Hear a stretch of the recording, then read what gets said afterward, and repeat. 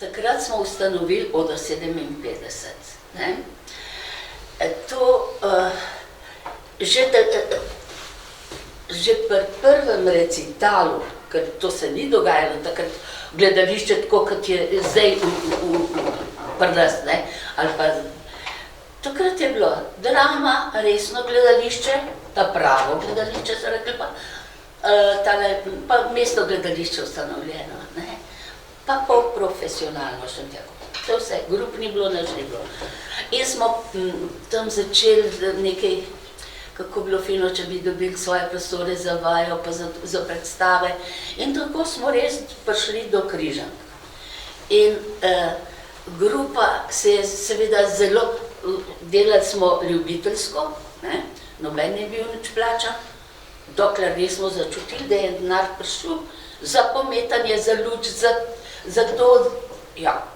Prvo pa še za igralce smo rekli, ampak to je bilo kasneje. No, res.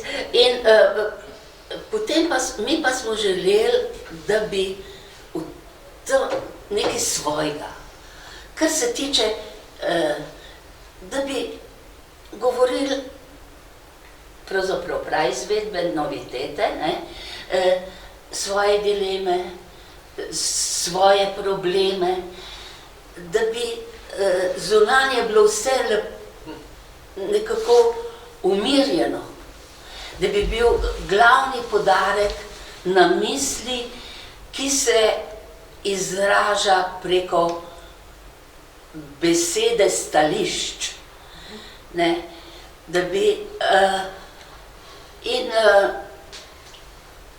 pravzaprav smo tudi te zunanje stvari zelo minimalizirali, tako da je, pravzaprav smo se borili, zmeri se, pravzaprav na odru, jaz mislim, da je zmeri en konflikt, ampak sem mogla že pri tem malo nazaj stopiti. Ampak čim bolj, takrat so rekli, da v drami je burgtheater stil, pa tako naprej, jaz še sploh vedela nisem, kaj je to. Ampak, ampak Križanke so tudi pogojevale tak način dela, da je vse zelo ponotranjeno. Zelo, kako bi ti rekla, močno izraženo, z močnimi čustvi, z močnim nabojem in energijo, ampak umirjeno zunanje. Kolikor toliko se izogibati velikih gest, mimike in tako dalje. Sreča, da sva se srečala z Edvardom Millerjem in da je imel toliko potrpljenja z mano, da smo prišli do premiere. Kajti meni nikakor nisem mogla osvojiti in pravijo za vloge, da igralec mora ljubiti vlogo.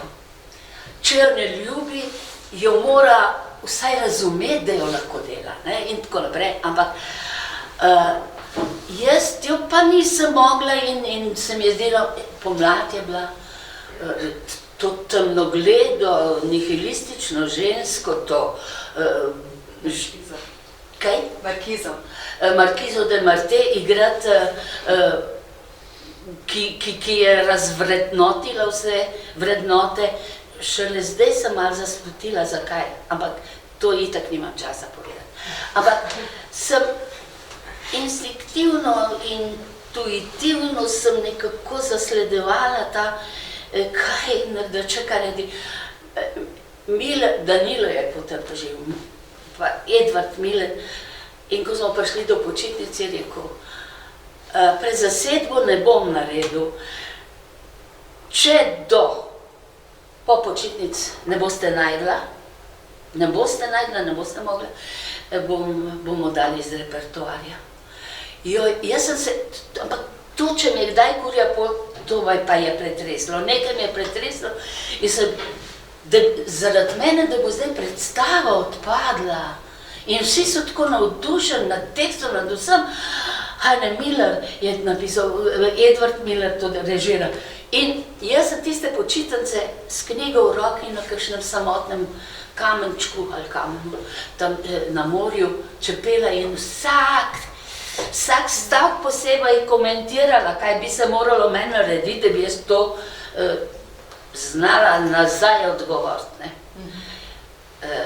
In ko sem prišla, sem najprej ene 2 stavka, da mi je to povedala, potem sva začeli prvo vajo in Miljar je rekel, Iva, zdaj pa lahko delate, kar hočete. In potem, vse je bilo res še veliko iskanja, ne? Kakšenkrat, če jaz tudi sama ne razumem, ker gledam svoje kolege, kako lahkotno to igrajo, vse gor, se smejijo, vse skačajo. Jaz pa se toliko sem prematrala, recimo, pri kakšni vlogi. Jaz ne razumem, pa kje je tisti, ki mi je toliko mučilo, kako nisem najdla ta pravga pred, ne? Ko sem itak vedela, na koncu pa rečem, ja pa sem že skozi vedela, da je to tako. Ne? Pa še razjezim se nad sabo. Skratka, potem je prišla predstava. Srce mi je bilo v grlu in sem mislila, zdaj le bo skočilo ven. Ne? In potem so začeli Laibach s tisto otvoritveno pesmijo Laibach. No, so force. Sem mislila, da bo podrla se mala drama. In potem gre in jaz zdaj že slišim svoje prve besede, kot ene cokle, ki padajo. In kot en vrtinc in sem odplavala, kot se temu reče, zdaj pa ne bom najdla stavka, kaj? V to, kakšno to odprtost, to ustvarjalno svobodo.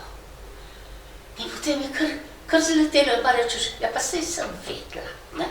Saj sem vedela to.